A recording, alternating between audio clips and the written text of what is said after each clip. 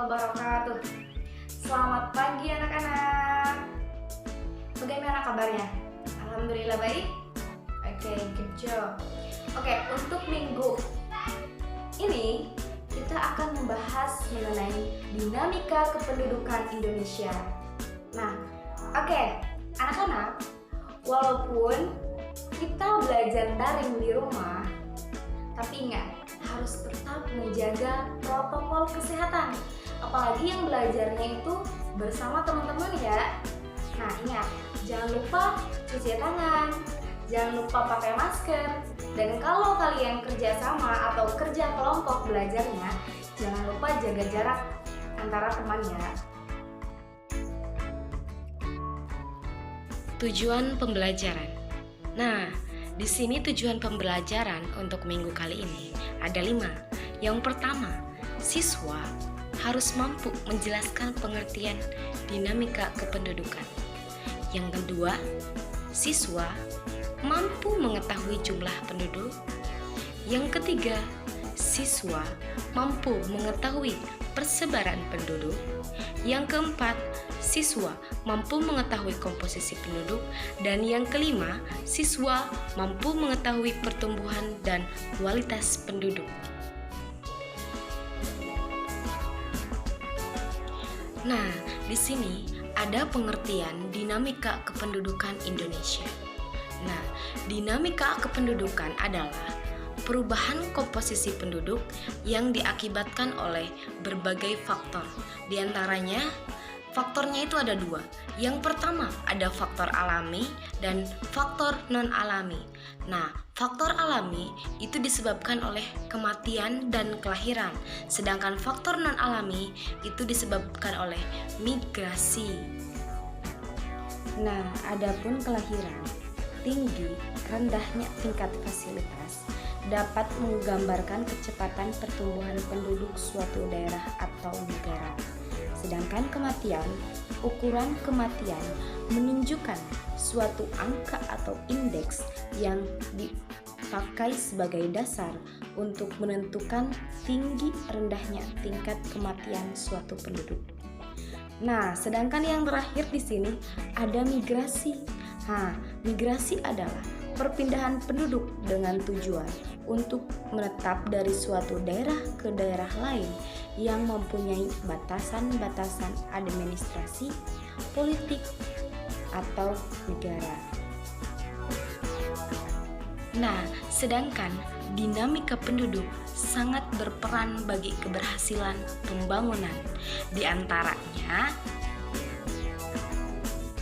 nah di sini ada jumlah penduduk. Nah, jumlah penduduk adalah banyaknya penduduk yang menempati suatu wilayah pada waktu tertentu berdasarkan dengan ketentuan yang berlaku di Indonesia. Nah, penduduk Indonesia adalah yaitu seseorang yang sekurang-kurangnya telah 6 bulan bertempat tinggal di wilayah Indonesia. adapun cara untuk mengetahui jumlah penduduk diantaranya yang pertama menggunakan sensus penduduk. Nah, apa itu sensus penduduk? Sensus penduduk diantaranya sebagian perhitungan jumlah penduduk suatu negara dengan cara mengumpulkan, menghimpun, dan menyusun data penduduk atau semua orang pada waktu tertentu di wilayah tertentu. Nah, yang kedua itu dengan cara registrasi. Apa itu registrasi?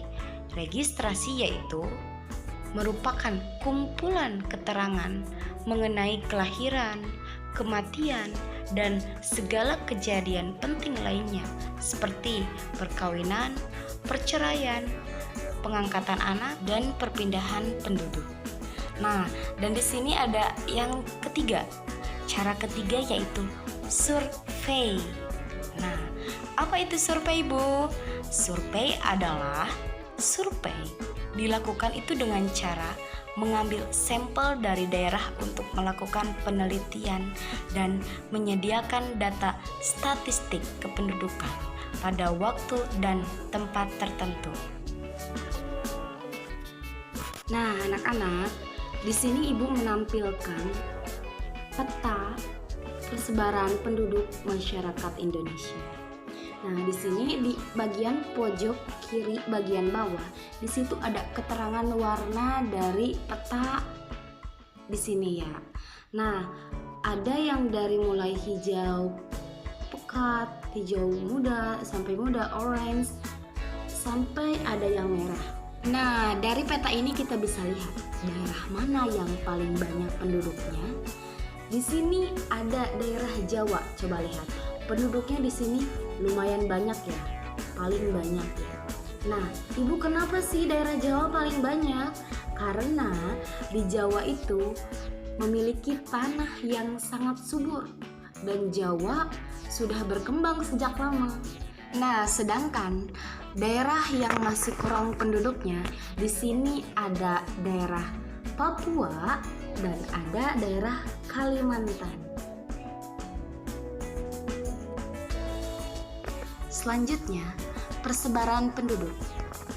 Nah, penyebab kepadatan penduduk di suatu wilayah lebih tinggi daripada wilayah lain, terutama faktor keadaan alam dan faktor sosial ekonomi. Seperti yang pertama, lahan pertanian yang subur dan teknologi pertanian yang sangat mendukung. Nah, yang kedua, itu faktornya memiliki pusat pemerintahan. Yang ketiga, memiliki pusat kegiatan perekonomian atau industri dan perdagangan. Yang keempat, memiliki kelengkapan sarana serta prasarana transportasi dan komunikasi. Yang kelima, fasilitas umum lebih memadai seperti fasilitas pendidikan, kesehatan, olahraga, rekreasi, kesenian, dan lain sebagainya. Nah, untuk selanjutnya di sini ada komposisi penduduk. Nah, apa Bu komposisi penduduk? Nah, komposisi penduduk adalah pengelompokan atau susunan penduduk suatu negara atau suatu wilayah berdasarkan kriteria-kriteria tertentu. Contohnya yaitu pengelompokan penduduk berdasarkan usia atau umur, jenis kelamin, mata pencaharian, agama, bahasa, pendidikan, tempat tinggal, jenis pekerjaan, dan lain sebagainya. Masih banyak. Nah, di sini juga ada komposisi penduduk berdasarkan usianya. Kita bisa lihat di sini ada 3 piramida yang dapat membedakan komposisi penduduk berdasarkan usia.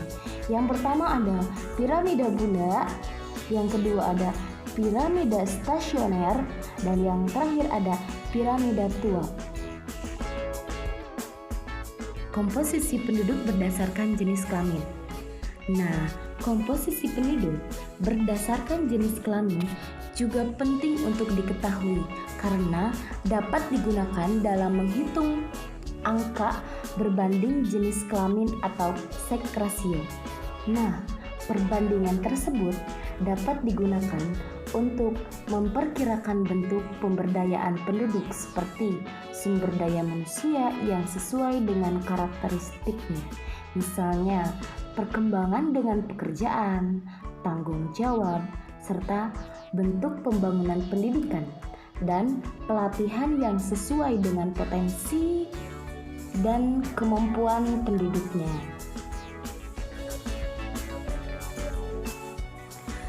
Nah, dan di sini yang terakhir yaitu pertumbuhan dan kualitas penduduk. Nah, pertumbuhan penduduk itu terjadi karena pertambahan atau pengurangan jumlah penduduk akibat adanya kelahiran atau natalitas, kematian atau mortalitas, dan perpindahan penduduk atau migrasi.